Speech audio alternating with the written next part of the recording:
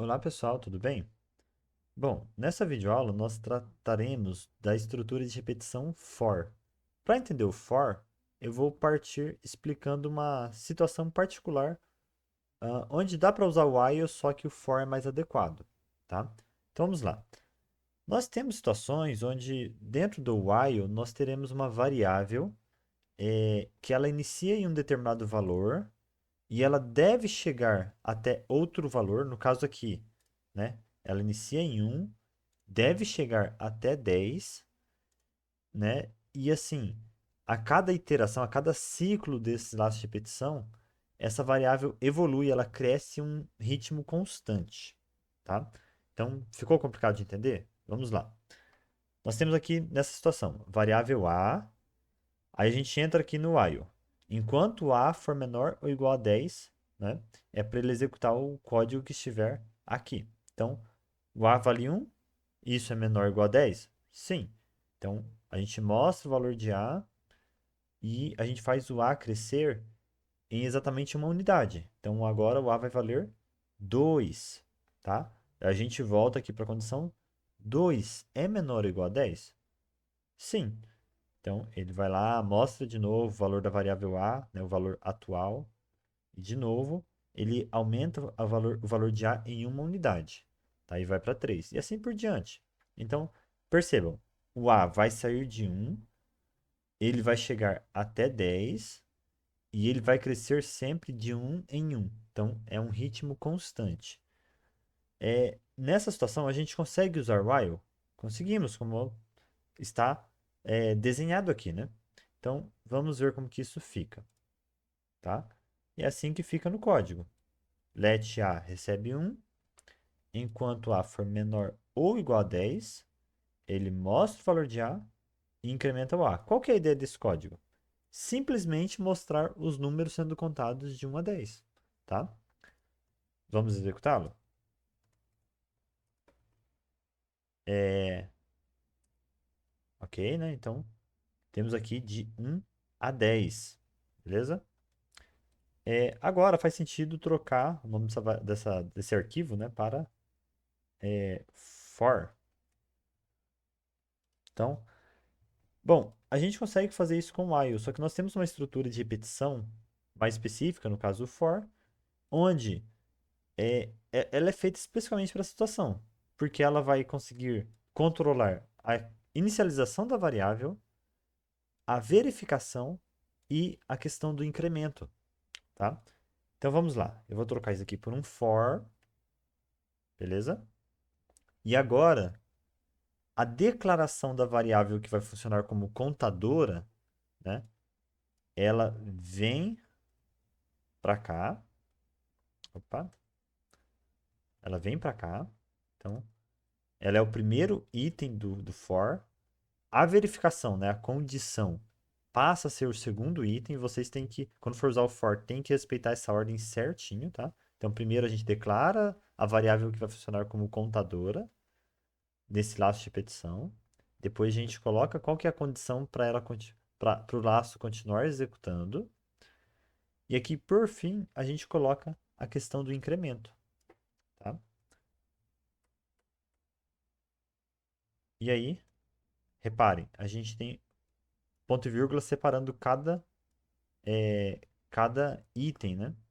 Então, o for, ele sempre vai ter três componentes aqui: declaração, condição e incremento. E é a situação onde uma variável contadora evolui de um valor x para um valor y em um ritmo constante, tá? Então, aqui o resultado vai ser o mesmo.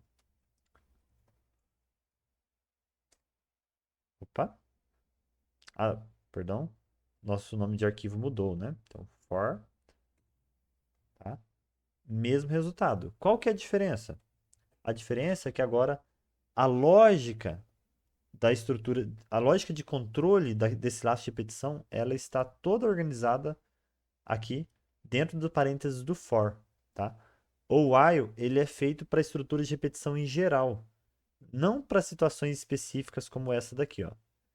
Então, dá para usar o while aqui? Dá, mas o while sempre vai ser executado quando a gente tem uma variável contadora que evolui de valor x para um valor y em um ritmo constante? Não, tá? O while a gente usa para repetição em geral. Por exemplo, na videoaula anterior, onde o usuário digitava valores positivos e negativos, ali não havia esse papel da variável contadora, da variável evoluir, né, ela crescer ou diminuir. Não tinha esse papel. Então, para situações mais genéricas assim, o while se encaixa melhor. Ou while ou do while, tá? Agora, quando a gente tem essa característica, o for é muito útil, porque ele controla toda a lógica do last repetição. Desde a declaração dessa variável que vai funcionar como contadora, até a condição e o incremento. Beleza? E aí, antes de finalizarmos essa videoaula, é, é interessante a gente analisar que existem outras situações, tá? É, por exemplo, aqui eu contei de 1 a 10, mas o while pode fazer o inverso também. A gente pode colocar aqui, ó, se a gente quiser, bom, de 10 até 1. Então, colocar aqui, ó, enquanto A for maior ou igual a 1, né? E aí, em vez de A mais mais, seria um A menos menos. Então, continua respeitando essa condição, né? A gente tem a variável contadora partindo de um valor e, né, pelo que a gente colocou aqui na condição, devendo chegar até um outro valor. E o que que garante que ele vai partir do 10 e ele vai diminuindo rumo a 1? Justamente o que a gente colocou aqui, que na verdade em vez de incremento, nós colocamos decremento, né? Então, ele vai diminuir de uma em uma unidade. Então, vai iniciar em 10, vai executar esse código, né? Só para reforçar qual que é a ordem das coisas aqui, tá? No for, ele declara a variável. Então, veja, chegamos a primeira vez no for. Acabou de chegar aqui. Ele declara a variável somente na primeira vez, verifica se essa condição é verdadeira. A condição sendo verdadeira, executa o bloco. Executou o bloco, aí que ele vem aqui e decrementa, tá? Decrementa, verifica de novo, sendo verdadeiro ainda, executa o bloco, tá? Então, o ritmo do for, se a gente for descrever aqui, ó, é o seguinte: declara, verifica a condição, executa o bloco de código,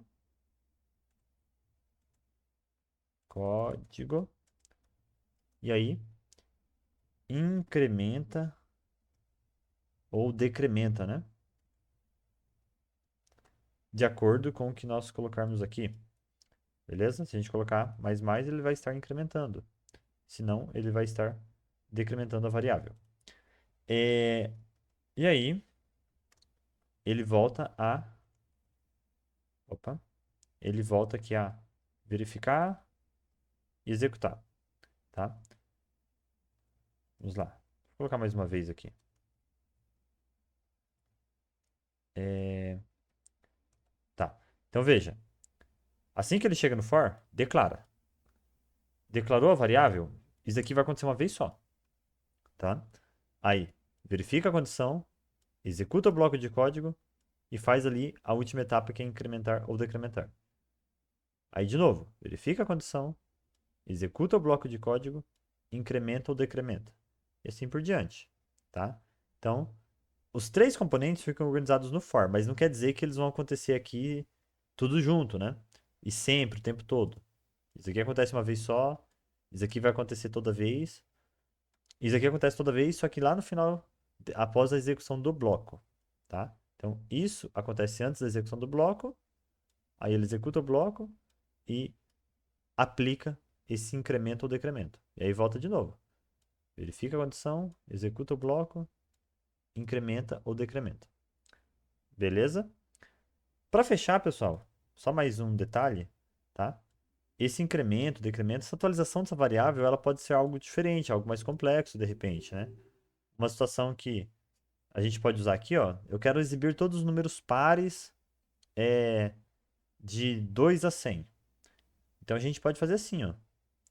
Vamos começar de zero, né? Todos os números pares de 0 a 100. Então, vamos lá. Começa valendo zero. Enquanto A for menor ou igual a 100, tá? Então ele começa de zero. A gente tem aquela forma de verificar se o número é par usando o if e tal, né? Mas o que que nós podemos fazer? Bom, zero é par, não é? É par. Qual que é o próximo par? 2. E o próximo? 4. Né? Então, se a gente for pulando de 2 em 2 aqui, né, sempre duas unidades, a gente vai estar passando apenas pelos números pares. Então, a gente começou de zero. Vamos mostrar, né, esse valor zero. E aí, eu não quero que ele cresça uma unidade, porque se ele crescer uma unidade, aí o A vai virar 1. E 1 não é par, tá? E aí, beleza, eu não quero ter que escrever aquele if verificando se A dividido por 2, o resto é zero, tá? Eu posso fazer algo mais simples. Eu faço ele crescer de duas unidades de uma vez só. Então, A mais igual a 2, tá? Então, a questão de evoluir em um ritmo constante não quer dizer que precisa sempre evoluir de um em um ou diminuir de um em um. Podem ser ritmos um pouco diferentes, tá? Então aqui, por exemplo, ele vai crescer de 2 em 2. Começa zero, aí verifica, executa e aumenta 2 unidades. Tá? E aí o A passa a ser 2. Verifica, executa, aumenta 2 unidades. Aí o A passa a ser 4. Aí depois 6, 8, né? Então, vamos lá.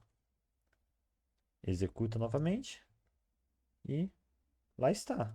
Nosso for, né, indo de duas em duas unidades e mostrando no final das contas apenas os números pares. Beleza? Então, pessoal, tentei aqui mostrar diferentes situações onde o for é aplicável, né? Incrementando, decrementando, incrementando em ritmos diferentes, tá? Mas foque em entender que você vai usar o for quando você sabe de onde a sua variável parte e para onde ela chega, tá?